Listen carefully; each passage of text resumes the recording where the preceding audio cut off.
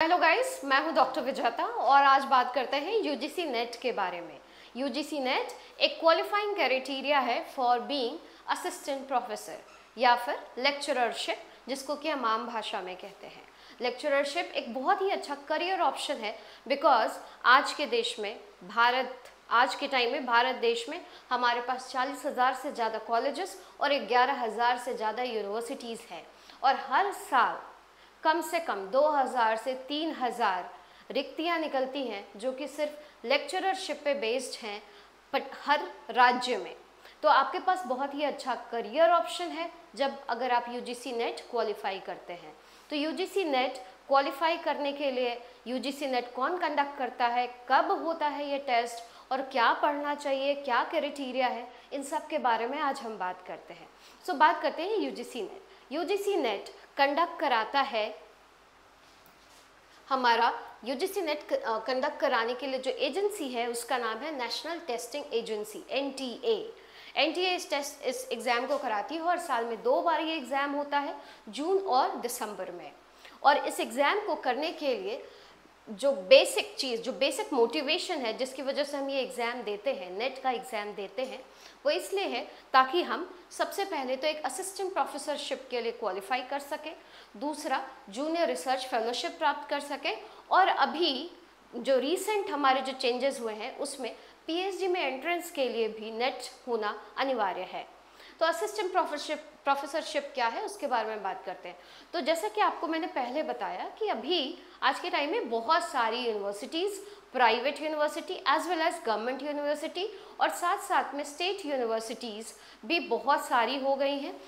जैसा कि आपको आंकड़े में बताया कि 11,000 से ज़्यादा यूनिवर्सिटीज़ हैं अभी हमारे पास। तो एक बहुत ही अच्छा, एक बहुत ही स्टेबल करियर ऑप्शन मिलता है आपको लेक्चररशिप के थ्रू।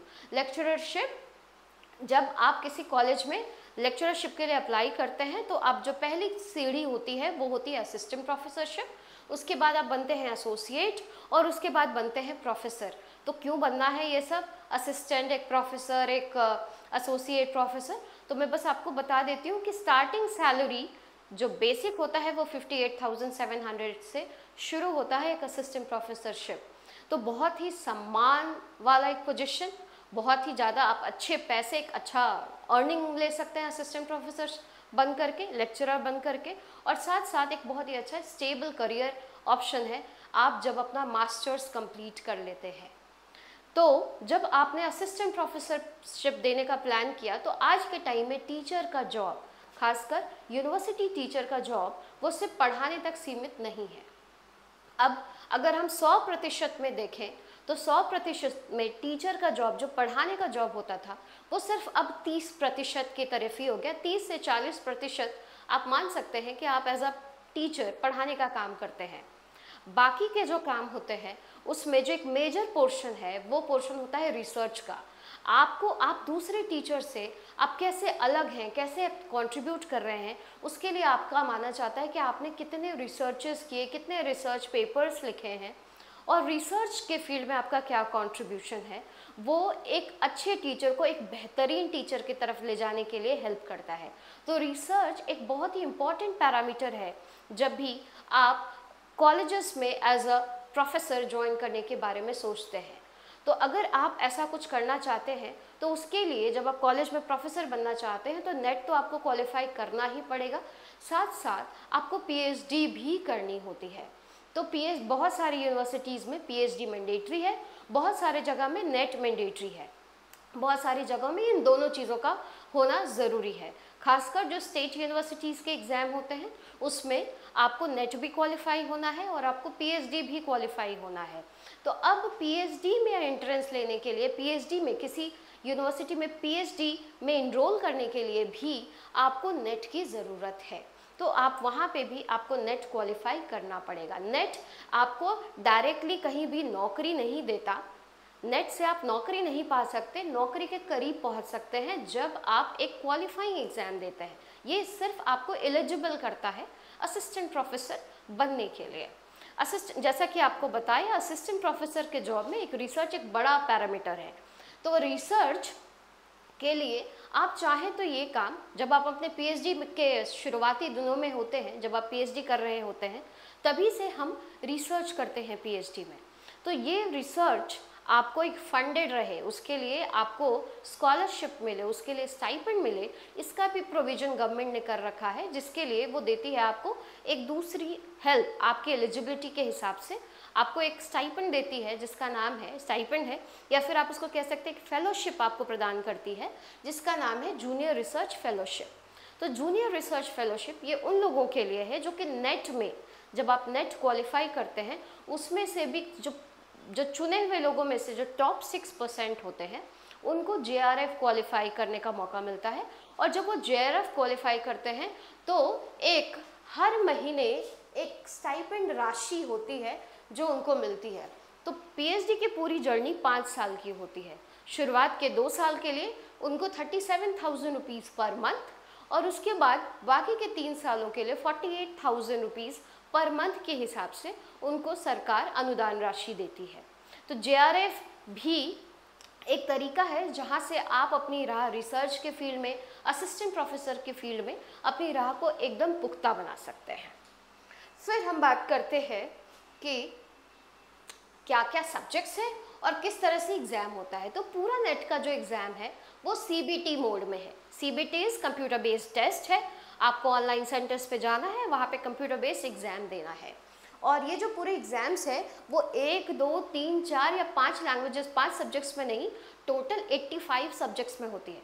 मतलब आप किसी भी सब्जेक्ट से अपना मास्टर्स कर रहे हो, वहाँ पे आप आगे चल के ये एग्ज़ाम दे सकते हैं, नेट दे सकते हैं, और उसमें आगे चल के आप प्रोफेसर्स बन सकते हैं।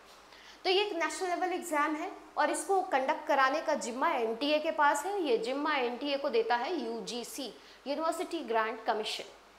एग्ज़ाम का जो ड्यूरेशन होता है वो 180 मिनट्स का होता है, मतलब 3 घंटे, और लैंग्वेज इंग्लिश या हिंदी में होती है। तो दोनों में से आप जिस भी लैंग्वेज में कंफर्टेबल हैं, आप चाहें तो एग्ज़ाम दे सकते हैं।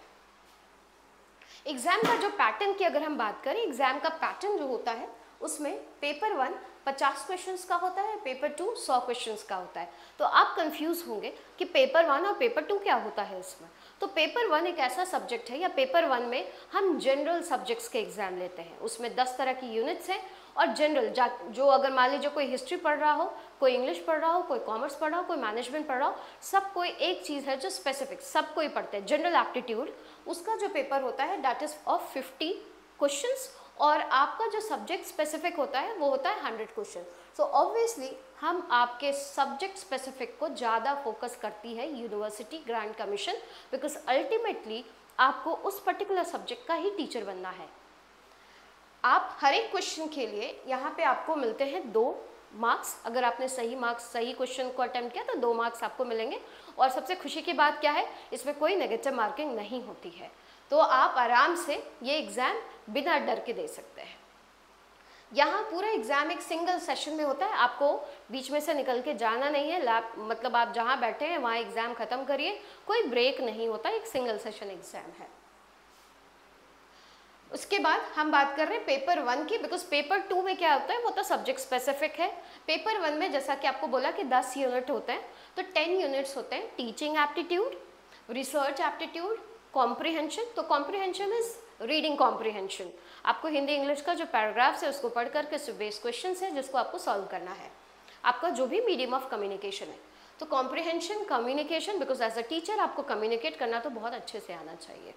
सो communication, mathematical reasoning aptitude, logical reasoning, data interpretation, information and communication technology, people development and environment and higher education system. मतलब ऑल टुगेदर वो सारी चीज़ें जो कि एज अ टीचर आपको हमेशा जाननी और समझनी चाहिए। इसके बाद paper 2 is completely based on your domain knowledge. आपके जो 85 सब्जेक्ट्स हमने बात की उसमें कम्प्लीटली आपके डोमेन नॉलेज पे बेस्ड होती है ये सारा एग्जाम। आप पेपर 2 उसके हिसाब से दे सकते हैं। अब बात होती है कि सिलेक्शन क्राइटेरिया क्या है, भाई कैसे सिलेक्शन होएगा। तो सिलेक्शन होने के लिए यहाँ पे आपको, जैसे मैंने पहले बताया था कि एक एग्ज़ाम से आप 3 तरह के एग्ज़ाम क्वालिफाई करते हैं। आप एक नेट का एग्ज़ाम देते हैं और उसमें 3 क्राइटेरिया है। फॉर्म भरने के टाइम ही हमें तय करना होता है कि आप जेआरएफ के लिए जा रहे हैं या फिर सिर्फ असिस्टेंट प्रोफेसर के लिए जा रहे हैं। तो जेआरएफ देने के लिए एक मिनिमम एज क्राइटेरिया है और असिस्टेंट प्रोफेसर बनने के लिए एक एज क्राइटेरिया है जिसके बारे में हम आगे बात करेंगे। तो जब आप ये तय कर लेते हैं, जब आप चूज करते हैं असिस्टेंट प्रोफेसर या फिर असिस्टेंट प्रोफेसर एंड जेआरएफ, तो उसके हिसाब से आपका क्वालिफाइंग क्राइटेरिया होता है। तो क्वालिफाइंग क्राइटेरिया में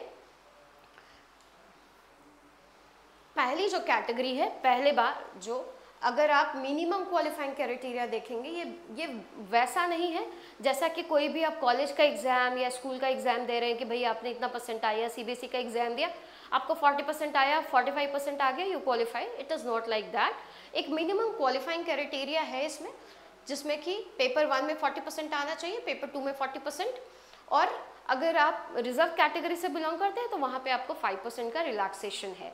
ये आपका क्वालिफाइंग क्राइटेरिया है। उसके बाद वंस यू क्वालिफाई दिस, उसके बाद बनती है मेरिट लिस्ट। तो मेरिट लिस्ट जो बनेगा, मेरिट लिस्ट में जो टॉप 15% कैंडिडेट होंगे जो कि क्वालिफाई किए हैं, वहाँ पे जो आपको लास्ट स्लाइड में बताया कि जो क्वालिफाई किए हैं उसमें से टॉप 15% लोगों का ही मेरिट लिस्ट में नाम आता है। मतलब उन्हीं लोगों को हम एज क्वालिफाइड, नेट क्वालिफाइड या एनईटी क्वालिफाइड लोगों के लिस्ट में शामिल करते हैं और उन्हीं को सिंपल असिस्टेंट प्रोफेसरशिप के लिए वो क्वालिफाई करेंगे। और उसमें से जिन लोगों ने असिस्टेंट प्रोफेसरशिप और जेआरएफ दोनों भर रखा है, उसमें से टॉप 6% लोग ही आपके क्वालिफाई करते हैं असिस्टेंट प्रोफेसरशिप और जेआरएफ के लिए। ये और भी इसके अलावा बहुत सारे फैक्टर्स होते हैं जो कि इस लिस्ट को इफेक्ट करते हैं, जिसमें कि आपके अगर क्वेश्चन इजी आ गया तो उसमें क्वालिफाइंग क्राइटेरिया ऊपर हो जाता है, कभी क्वेश्चन बहुत टफ आ गए तो क्वालिफाइंग क्राइटेरिया जो क्वालिफाइंग मार्क्स होगा वो काफ़ी नीचे आ सकता है। बहुत सारे फैक्टर्स हैं जो कि क्वालिफाइंग क्राइटेरिया को थोड़ा, वो यूनिवर्सिटी मतलब वो यूजीसी पे डिपेंड करता है क्वालिफिकेशन के लिए वो क्या पैरामीटर सेट करती है, लेकिन ये मिनिमम ये सारी चीज़ें हैं जो हमेशा मीट होती है, इसी को बेस करके एक मेरिट लिस्ट निकलता है। सो वंस यू क्वालिफाई, आपको उसके पहले जानना पड़ेगा कि आपका एजुकेशन क्वालिफिकेशन क्या होना चाहिए। आपने तो हमने बहुत सारी अच्छी बात कर ली कि भाई क्वालिफाई कर जाएंगे, बहुत 11,000 यूनिवर्सिटी, 40,000 कॉलेजेस हैं आज के टाइम में। तो ये करने के लिए आपको असिस्टेंट प्रोफेसर बनने के लिए करना क्या होगा, तो करना होगा कि आपके पास एक होनी चाहिए एक minimum requirement of educational qualification. पहली चीज़, आपके पास एक मास्टर डिग्री होनी चाहिए, एनी सब्जेक्ट मास्टर डिग्री होनी चाहिए विथ एग्रीगेट ऑफ 55% मार्क्स। यहाँ पे कोई टॉप 3, टॉप 5, टॉप 6 ऐसे करके मार्क्स नहीं होता है, एग्रीगेट 55% मार्क्स होने चाहिए आपको, उसके हिसाब से आप क्वालिफाई करते हैं। और ये यहाँ पे एक चीज़ बहुत इंपॉर्टेंट है जिसको कि आपको ध्यान रखना है, वो चीज़ ये है कि आप उसी यूनिवर्सिटी से पढ़े हों जहाँ जो यूजीसी के लिस्ट में ब्लैक लिस्टेड ना हो, क्योंकि बहुत सारी यूनिवर्सिटीज़ हैं जिसको यूजीसी ने ब्लैक लिस्ट कर रखा है। तो आप ये इस बात का ध्यान रखें कि आपकी यूनिवर्सिटी ब्लैक लिस्ट में ना हो, ठीक है। उसके बाद ही आप ये बाकी आगे का प्रोसेस कर सकते हैं। तो मास्टर डिग्री में 55% मार्क्स होने चाहिए। जो लास्ट सेमेस्टर के बच्चे हैं वो भी चाहें तो इसमें लास्ट सेमेस्टर ऑफ पीजी वो भी चाहें तो अप्लाई कर सकते हैं। या फिर 4 ईयर या 8 ईयर का डिग्री कोर्स कर रहे हैं अगर आप, तो वहाँ पे आपको लास्ट ईयर में कम से कम 75% मार्क्स एग्रीगेट आना चाहिए। एनईपी में भी अब हो गया है कि जो लास्ट ईयर में जो 4 साल का कोर्स कर रहे हैं एग्रीगेट अपना मतलब एनईपी के अंडर में कोर्सेज कर रहे हैं, वो भी 4 ईयर के बाद अगर वो लास्ट सेमेस्टर में है या फिर उनको 75% डिग्री 75% मार्क्स एग्रीगेट आया है तो वो भी चाहें तो नेट का एग्ज़ाम दे सकते हैं। और पीएचडी के लिए 5% का रिलैक्सेशन है। और इसमें जो एजुकेशनल क्वालिफिकेशन है इसमें कोई कॉम्प्रोमाइज़ नहीं होगा। उसके बाद हम बात करते हैं भाई एज लिमिट क्या है। हर एक जगह एज लिमिट तो होती है, तो एज लिमिट क्या है। तो जेआरएफ के लिए यहाँ पे जो एज लिमिट आपको अगर स्क्रीन पे दिखाई दे रहा है, तो जेआरएफ के लिए you should not be more than 30 years. ये 30 ईयर्स जिस साल में भी आप अपना नेट का एग्ज़ाम ये फॉर्म भर रहे हैं उस साल में दिसंबर मतलब जनवरी तक में आप 30 साल से अधिक नहीं होने चाहिए। उसमें एक डेट मेंशन होता है, डेट के हिसाब से आप अपने आप को वहाँ पे चेक कर लीजिएगा कि अगर आप 30 साल से कम एज के हो रहे हैं तभी आप इस जेआरएफ का फॉर्म भरिएगा, अदरवाइज आप उसके लिए क्वालिफाई नहीं करते हैं। रिलैक्सेशन ऑफ 5 ईयर्स रहता है for all the reserve category plus female plus arm forces. जो आर्म फोर्सेस के एक्स आर्म फोर्सेस के एलएलएम है उनके लिए भी 5 ईयर्स का रिलैक्सेशन है, बट किसी भी स्थिति में 5 ईयर से ज़्यादा का रिलैक्सेशन नहीं मिलेगा।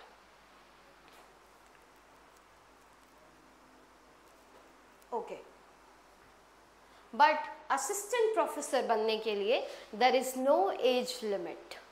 आप कभी भी, आप इंडस्ट्री में काम कर रहे हैं, आप 10 साल से इंडस्ट्री में काम कर चुके हैं, 20 साल से आप इंडस्ट्री में काम कर चुके हैं, लेकिन आपको लगता है कि नहीं टीचिंग इज़ योर कॉलिंग और आपको असिस्टेंट प्रोफेसर बनना चाहिए या कॉलेज में लेक्चरर बनना चाहिए, तो ये एक बहुत ही आसान तरीका है जिसके थ्रू आप क्वालिफाई कर सकते हैं। बिकॉज अगर आप फॉर्म्स देखेंगे असिस्टेंट प्रोफेसर्स के लिए तो वहाँ पे भी एज का बार नहीं होता, या बहुत जगह पे एज का बार 60 ईयर्स से कम होता है, या कहीं पे 55 ईयर्स होता है, तो आप उसके हिसाब से देख सकते हैं। लेकिन नेट क्वालिफाई करने के लिए, NET qualifying for assistant professorship, आप there is no age limit from UGC. JRF में एज लिमिट 30 साल की है, लेकिन असिस्टेंट प्रोफेसरशिप के लिए इस तरह की कोई एज लिमिट नहीं है। एप्लीकेशन फीस कितना लगता है? तो अभी तक में जनरल कैटेगरी के लिए it is 1150 including of GST, OBC NCL EWS के लिए इट इज़ 600 रुपीज़, और SC ST PWD third gender के लिए इट इज़ 325 रुपीज़। साल में 2 बार एग्जाम होता है, आपका साल वेस्ट नहीं होता इसमें। अगर आपने ठीक से पढ़ा, इस जून का एग्ज़ाम नहीं निकला तो आपके पास दिसंबर है, दिसंबर का एग्ज़ाम अच्छे से नहीं निकला तो फिर आपके पास जून है। तो आपको एक साल में भी 2 बार मौके मिलते हैं इस एग्ज़ाम को क्लियर करना। और ये एग्ज़ाम बहुत ज़्यादा डिफ़िकल्ट नहीं है अगर आपके बेसिक्स अच्छे से क्लियर हो तो। रिजर्वेशन पॉलिसी क्या है? तो जितने जो गवर्नमेंट एग्जाम में जो रिजर्वेशन पॉलिसी होती है वही same to same reservation policy है जो आपको इस एग्ज़ाम में भी फॉलो की जाती है। सेम आप देख सकते हैं, शेड्यूल कास्ट एससी के लिए 15%, schedule tribe 7.5%, OBC non creamy के लिए 27%, general economically weaker section it is 10% and for person with disability it is 4%। तो सेम है जैसा कि बाकी सारे गवर्नमेंट एग्जाम्स के लिए होता है। और इसमें क्या क्या आपको डॉक्यूमेंट चाहिए फॉर्म भरने के टाइम में? तो ऑब्वियसली आपके सारे एजुकेशनल सर्टिफिकेट्स होने चाहिए, आपका पैन कार्ड होना चाहिए या आपका पासपोर्ट, मतलब आपके एज के लिए, आपके एड्रेस के लिए जो भी प्रूफ चाहिए वो सारे प्रूफ्स आपके पास होना चाहिए जो नॉर्मल गवर्नमेंट एग्जाम्स में होते हैं। साथ में आपका एक स्कैन्ड इमेज चाहिए, आपका एक वैलिड आईडी प्रूफ चाहिए, एक परमानेंट करस्पॉन्डेंस एड्रेस चाहिए। वही सारी चीज़ें जो आप नॉर्मल एक फॉर्म भरने के टाइम कोई भी गवर्नमेंट एग्जाम का फॉर्म भरते हैं वो सेम टू सेम चीज़ें जो चाहिए होती हैं वो सारी की सारी यही हैं। और आप जाके ज़्यादा जानकारी के लिए आप यूजीसी नेट के साइट पे भी जाके इसको चेक कर सकते हैं। ओके, तो अब आती है बात कि हम आपकी मदद कैसे कर सकते हैं। तो ऐसा है कि जैसा कि आपको पहले बताया कि नेट का जो एग्ज़ाम होता है वो साल में 2 बार होता है और ये उतना डिफ़िकल्ट नहीं होता जैसा कि बाकी अदर कॉम्पिटिटिव एग्ज़ाम होते हैं। लेकिन ये ऐसा तब होता था जब इसमें जो लोग जो एग्ज़ाम के लिए अप्लाई करते हैं एप्लीकेशंस कम होती थी। अभी क्या है कि अगर हमने लास्ट ईयर भी देखा, लास्ट जून का भी हम डेटा अगर देखते हैं तो 10 लाख से ज़्यादा लोगों ने ये एग्ज़ाम दिया है। और जैसा कि आप मेरिट लिस्ट का कैलकुलेशन देख रहे हैं तो हार्डली 700 to 800 लोग हैं जो कि क्वालिफाई करते हैं नेट के एग्ज़ाम को। तो जितने लोग आएंगे एंट्री में, जितने ज़्यादा भीड़ होगी उतने ही ज़्यादा एग्ज़ाम का जो क्वालिफाइंग क्राइटेरिया होगा वो डिफ़िकल्ट होता जाएगा और उतने ही कम लोगों का सिलेक्शन होता है। तो ये पहले इजी हुआ करता था, थोड़ा इजी, लेकिन अब बहुत डिफ़िकल्ट हो गया है बिकॉज क्या है कि number of people have increase at the entry level. तो वंस आप अगर प्लान कर रहे हैं कि नेट आपको देना है तो आप खुद से कर सकते हैं, आराम से कर सकते हैं। आप अपने सिलेबस को एकदम स्ट्रक्चर्ड वे में अच्छे से पढ़ाई करिए, अपनी टेक्स्ट बुक निकालिए और जो आपने मास्टर्स में पढ़ाई नहीं की थी वो वापस से पढ़ाई करना शुरू करिए। मास्टर्स की बुक निकालिए, एक एक पेज को, एक एक पन्ने को अच्छे से पढ़ाई करिए बिकॉज नेट के जो क्वेश्चंस आते हैं वो हमेशा बिटवीन द लाइंस आते हैं। जो चीज़ आप इग्नोर कर देंगे कि अरे यार ये कौन पूछता है, वही सारे एग्ज़ाम्स, वही सारे क्वेश्चन आपको नेट के एग्ज़ाम में आएंगे। तो उसमें बहुत ज़्यादा ज़रूरी है कि आपका जो कॉन्सेप्ट हो एकदम क्लियर हो, आपने बुक को बहुत अच्छे से पढ़ा हो और साथ साथ आप बहुत रेगुलर बेसिस पे मॉक टेस्ट ले रहे हैं। तो अगर ये सारी चीज़ें आप खुद से करते हैं आप आराम से नेट क्वालिफाई कर सकते हैं। लेकिन आपको किसी भी तरह से लगता है कि अगर ये चीज़ करने में आपको मुश्किल आएगी या आपका ध्यान भटकता है, आप इंस्टाग्राम्स पे रील्स देखने चले जाते हैं, आप अपना टाइम टेबल खुद से नहीं बना सकते या बनाते हैं तो उसको फॉलो नहीं कर पाते, तो वहाँ पे हम आपकी हेल्प कर सकते हैं। आपको अगर आप हमारे पास आते हैं, हमसे जुड़ते हैं, तो आपको क्या मिलती है, रेगुलर स्ट्रक्चर्ड क्लासेस मिलती है। रेगुलर स्ट्रक्चर्ड क्लासेस का मतलब क्या है कि हम आपको एक टाइम टेबल बना करके देंगे और बाकायदा उसके हिसाब से क्लासेस लेंगे। जैसे कि आपको बताया पेपर 1 एंड पेपर 2, तो अगर पेपर 1 पे अगर आपने दिन के 2 घंटे नहीं लगाए तो आपका एग्ज़ाम नहीं निकलने वाला। उसी तरह से पेपर 2 में अगर आपने 4 घंटे 3 घंटे नहीं दिए हैं तो भी आपसे रोज़ के हिसाब से, अगर आप मान लो 6 महीने का टाइम ले रहे हो अपने लिए, तो ये रोज़ कम से कम 6 घंटे का टाइम है जो आपको अपने पेपर पे स्पेंड करना पड़ेगा। तो किसी भी तरह से अगर आपको लगता है कि यू विल लैग बिहाइंड और आप अपना पूरा फोकस नहीं कर पाते हैं, तो you can come to us, will be helping you in regular structured classes, will be giving you test series with detailed explanation, और साथ में ऑनलाइन टेस्ट और लैब फैसिलिटीज़ तो है हमारे पास, एंड डेली मॉक टेस्ट। और ये daily mock test previous year के क्वेश्चन पे बेस्ड होगी, बिकॉज अगर आप कोई भी गवर्नमेंट एग्जाम देखेंगे तो वहाँ पे एक सेट पैटर्न है। प्रीवियस ईयर्स के क्वेश्चन को तो हमको कंसिडर करना ही पड़ता है। तो प्रीवियस ईयर के क्वेश्चंस का रेगुलर मॉक टेस्ट दीजिए, उसका रिजल्ट्स को हम एक्सप्लेन करते हैं, क्लब एक्टिविटी कराते हैं, कहाँ पे आप गलत जा रहे हैं, कहाँ पे आप सही जा रहे हैं, ये सारी चीज़ों पे रेगुलर बेसिस पे डिस्कशन।